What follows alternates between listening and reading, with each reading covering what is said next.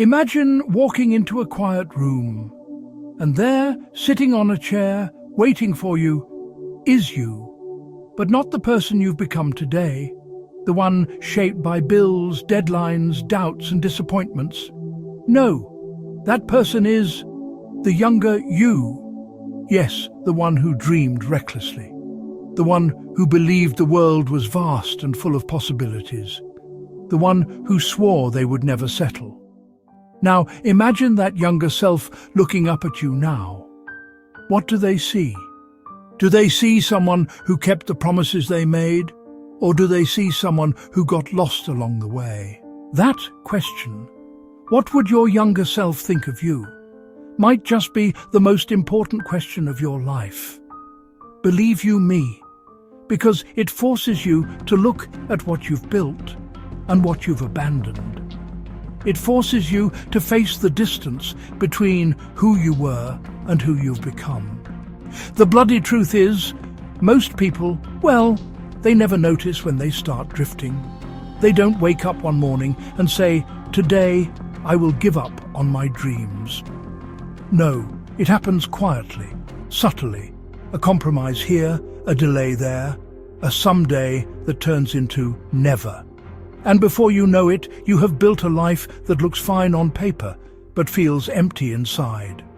We are taught to survive, not to live. We're told to play it safe, follow the script, blend in, stay comfortable. And comfort, while it feels warm at first, slowly becomes a cage. You decorate it, you get used to it, but deep down, you know you're trapped. Think about it. How many people wake up every day, hit the same alarm, take the same commute, sit in the same chair, and wonder quietly, is this really it? They're alive, yes, but they're not living. They're breathing, but not awake. And the tragedy is that this kind of quiet unhappiness doesn't make headlines. It just slowly erodes your soul. So ask yourself again, if your younger self walked into that room right now, would they smile? Or would they whisper, "What happened to us?" Here's the truth. And it's not a comfortable one. Life doesn't change through grand miracles. It changes through small, invisible choices that compound over time. Everyone wants transformation, but few are willing to repeat small acts of discipline when no one's watching. Brushing your teeth once doesn't protect your teeth. Going for one run doesn't make you fit. Reading one book doesn't make you wise. It's what you do daily, especially when you don't feel like it, that shapes your future. We keep waiting for the big moment, the perfect opportunity, the flash of inspiration. But while we wait, life keeps moving. And every day we hesitate, we trade potential for comfort. Every excuse we make is another brick in the wall that keeps us trapped. The life you want is not built in one explosion of effort. It's built quietly, through patience, repetition, and awareness. Every small decision today is a vote for the person you will become tomorrow. And yet, most people choose autopilot. They live years without questioning the direction they're going. They repeat patterns inherited from their parents, society, expectations. They play roles written by someone else. But the truth is, your life is not a rehearsal. You don't get a second draft. Every day is the page you'll never rewrite. To live fully, you must reclaim authorship. You must stop being a character in someone else's story and become the writer of your own. That means aligning your daily actions with your deepest values. It means making your life feel like yours. Because when your actions and your values are out of sync, you suffer, even if everything looks fine. You smile in photos, but you feel the dissonance inside. You tell yourself you're lucky, but your soul knows you've settled. So how do you begin again? How do you live better, not just exist? Start by building balance. Because balance isn't about perfection.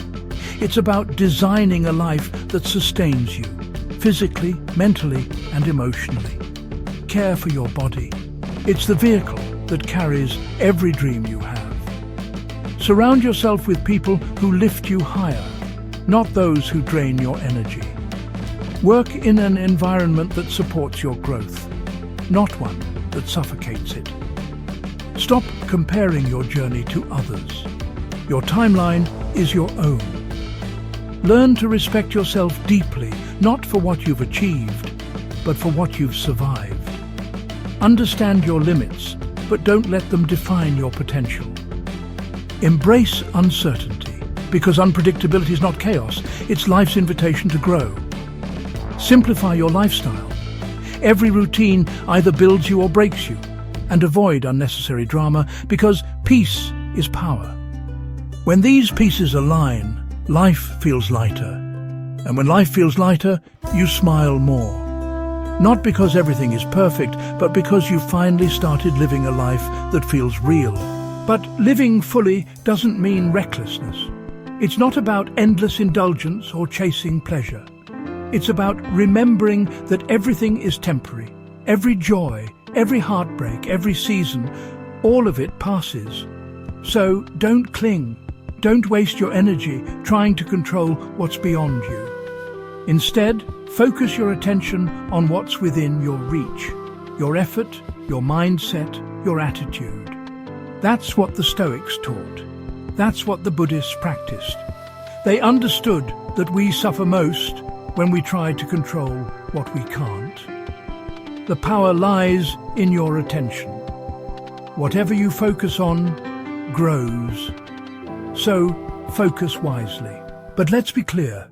No philosophy will save you unless you act. Reading Marcus Aurelius won't fix your life.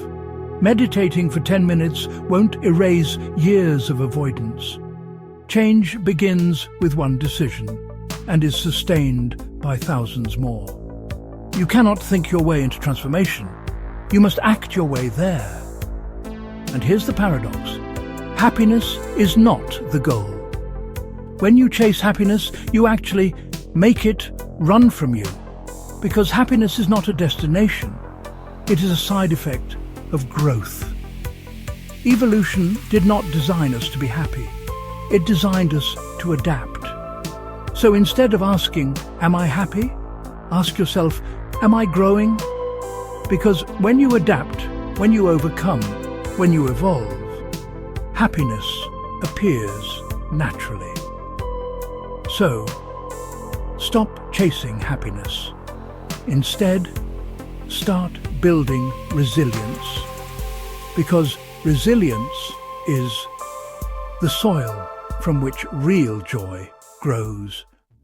And what often stops us is not the world. It is actually our own mind. That voice in your head that says, "You're not enough." That whisper that says, "It's too late." That doubt that poisons every dream before it is born. But here's the truth. Your mind is a garden. If you feed it fear, it grows weeds. If you feed it action, it grows courage. Change what you do, and your mind will follow. This isn't just philosophy. It is psychology. Because behavior shapes thought, and when you act differently and slowly, do you know what actually happens? Well, your brain rewires itself to believe in you again. Confidence isn't something you think your way into.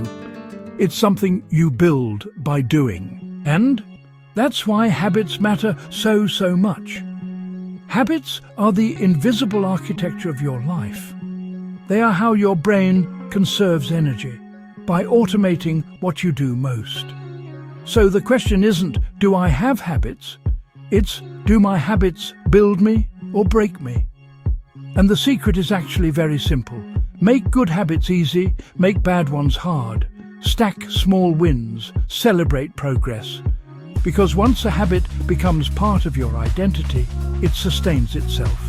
And yes, we all love dramatic before and after stories. The jaw-dropping transformation, the instant success.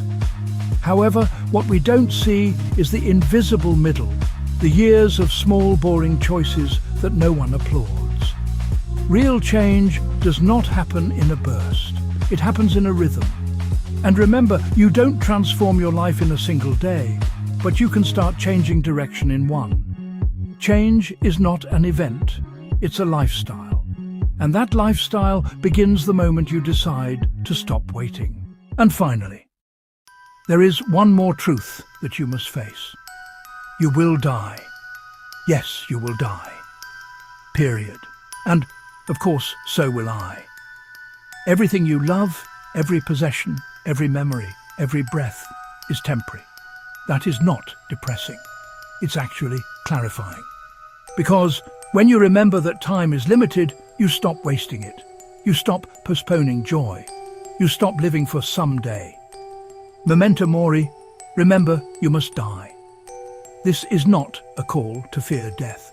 Not at all. It's actually a call to live while you still can. So here's the challenge. Stop surviving. Start living.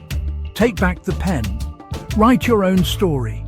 Make the small choices today that build the life your younger self would be proud of tomorrow. Every morning, ask yourself, would that younger version of me be proud of the person I am today? If the answer is yes, keep going. If the answer is no, then change something, anything. Because one day you'll look back and realize the only thing you truly owned was your time. So live consciously, live bravely, live now. Because your younger self is still in that room, watching, waiting, hoping. And one day, when you meet them again, not in imagination, but in reflection, may they smile.